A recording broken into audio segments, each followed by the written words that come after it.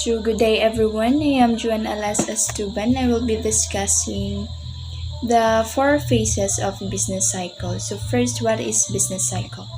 It is the fluctuation in our economy or the up and down movement in the production and jobs. It is believed that a cycle has two phases. The expansion. The expansion is where the people enjoy the prosperity and confidence in the economic situation. And in the other hand, on the recession, it is a stress and frustration. Hmm? As opposite, especially for business owners and mga unemployed individuals. It is believed also that there is a turning points, a peak, and a trough. In business cycle, it is important to know the indicators or the factors that influence the four stages of the business cycle. These are the output, the inflation, the output that means the demand and the supply, the inflation ng mahal o pagkamahal sa mga produkto, consumer spending, ug asa taman ng ma-consume sa mga individuals, employment growth, ug unemployment growth, crisis, interest rates, and wage rates. Okay? It is sabotable naman guys, diba? Okay, and the other slide, it is the illustration of the business cycle.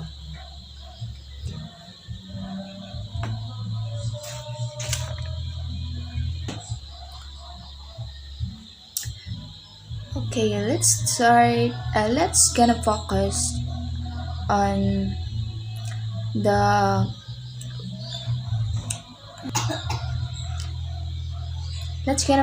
reading economic indicators and measurements that help us to know the health of our economy.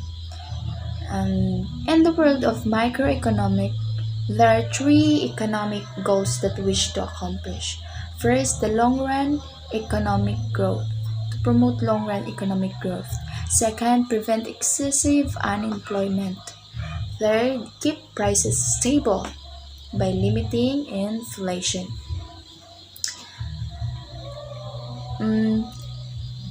Let's start with this illustration. The business cycle is measured by a real gross domestic product over time. Real GDP is the total output produced by the economy, and time is usually measured by years, guys. Okay. Real GDP can increase over time, meaning the economy is growing and getting bigger. This is called a period of expansion. Okay, expansion. Or recovery.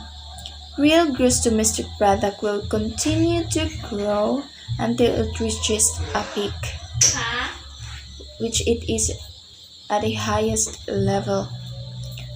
Before the economy begins to immediately contract, real GDP can decrease over time, meaning the economy is shrinking or getting smaller. This is called a period of contraction or recession. Real gross domestic product continue to shrink until it reaches a trough, which is the lowest level of real gross domestic product. Before the economy begins to immediately expand, this fluctuation means the changes continue up and down pattern. This is the cyclical motion of the economic fluctuation for months, quarter, and years. Okay. Sabotable naman guys, no? Business cycle means ups and down, na ay low turning points, na ay highest turning points, no? The pros and cons. Okay. So here are the stages of business cycle. A peak or a boom. Economy is utilizing all its available labor and capital resources and thus operating at near production possibilities curve. The real gross domestic product is at highest level. The recession is the downturn in the business cycle during which the real GDP declines and two negative quarters. Trough reach when the economy hits a low point and the growth begins to recover. So last stages is the recovery. It is the upturn in the business cycle during where the real gross domestic product start to rise again. Okay. So what's influenced the four stages of business cycle? Recovery and expansion. It is characterized by economic growth that is caused by business and consumer confidence. Thus, because when consumers are confident, they purchased now instead of later, no? Because they know that they will have future income to make further purchases. As a result, spending increases from both businesses and consumers, where employment is also increasing. Furthermore, investment also increase, and property and stock market prices begin also to rise.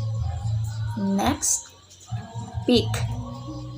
A peak is realized when an economy is producing on its maximum allowed output. This is where demand is exceeding supply. And here the economy begins to overheat and overexpand with one place to go downward. Overheat means the demand increases than the supply. So in demand, the problem is how to supply individual or customers or every households. So next is recession. First bullet is fear and panic. Example of this is during pandemic, more people or tatanan ga panic buying. That stages is on the recession. Demand and spending fall. Of course, there are many unemployed individuals at the time. They are forced to stop because of the COVID-19. Unemployment rises. Also, investment and prices fall. Of course, mga establishmento nag-close. And the worst is shutdown na sila. As in, di ragod as in closed. Nagsirado na sila. So, it results business profit decline. So, the next one is trough. The lowest point in gross domestic product, decline in growth curves requires fiscal and monetary intervention. The trough is the lowest point. Makahagod yan yung lowest point where growth begins to cool. Confidence must be restored. So how it will be restored? So an economy re-enter an expansion, and this usually requires intervention from government. Mga nagtabang sila sa mga gobyerno. Government monetary and fiscal policy para makarecover ang atong ekonomiya. Okay, no? Kung dili makarecover, mahal kayong mga palaliton. Daghan na pud kayong mga unemployed, mga job loss. So, that's all.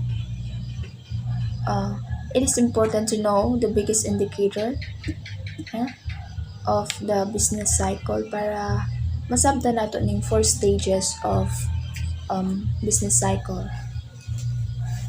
So, I will give some key takeaways that there are 2 causes of real gross domestic product fluctuation. Static effects. This is the natural market fluctuation caused by changes in free market conditions or changes in consumer behavior. These changes are cyclical. When the economy expands, it's followed by the period of contraction. And when the economy contracts, it's usually followed by a period of expansion or the as usual one, no? Cyclical motion.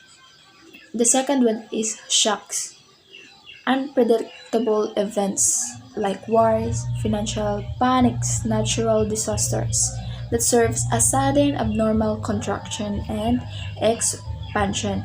Either way, fluctuations occur due to static effects or shocks, which the economy is unstable and if the market doesn't return on its own, muna tumusunod ang policymakers will attempt to stabilize the economy to prevent excessive unemployment and limit inflation. So, asa nabilong atong ekonomiya, atong mga niaging no years na siya nabilong sa shocks, no, during sa pandemic. So, ang gibuhat karon sa mga ekonomista, we need to recover nang karon makita nato na hinay-hinay nag-open ang mga universities, mga schools, mga establishmento, pero limited. That is the sign of recovery, guys, or the expansion of our economy from the recession of the pandemic. So that's all. Next slide will be discussed by Doris Lenny Jen. Thank you. Good day everyone, I am Lenny Jean D. Torres, Group 5 reporter in Macroeconomics Section G. I will be discussing my assigned topic entitled Investment and the Business Cycle.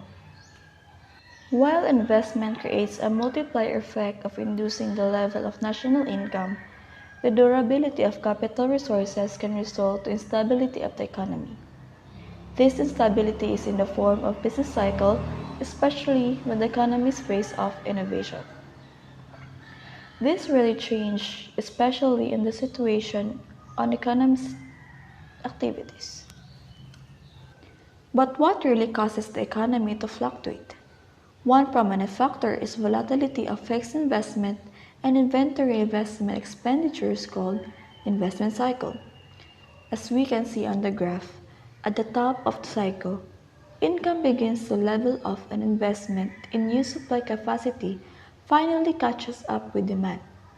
This causes a reduction in induced investment and via contracting multiplier effects lead to a fall in national income which reduces investment further. At the bottom of the recession, investment may rise for instance, to the introduction of new technologies. In this case, the increase in investment spending will via multiplier effects lead to an increase in national income and a greater volume of induced.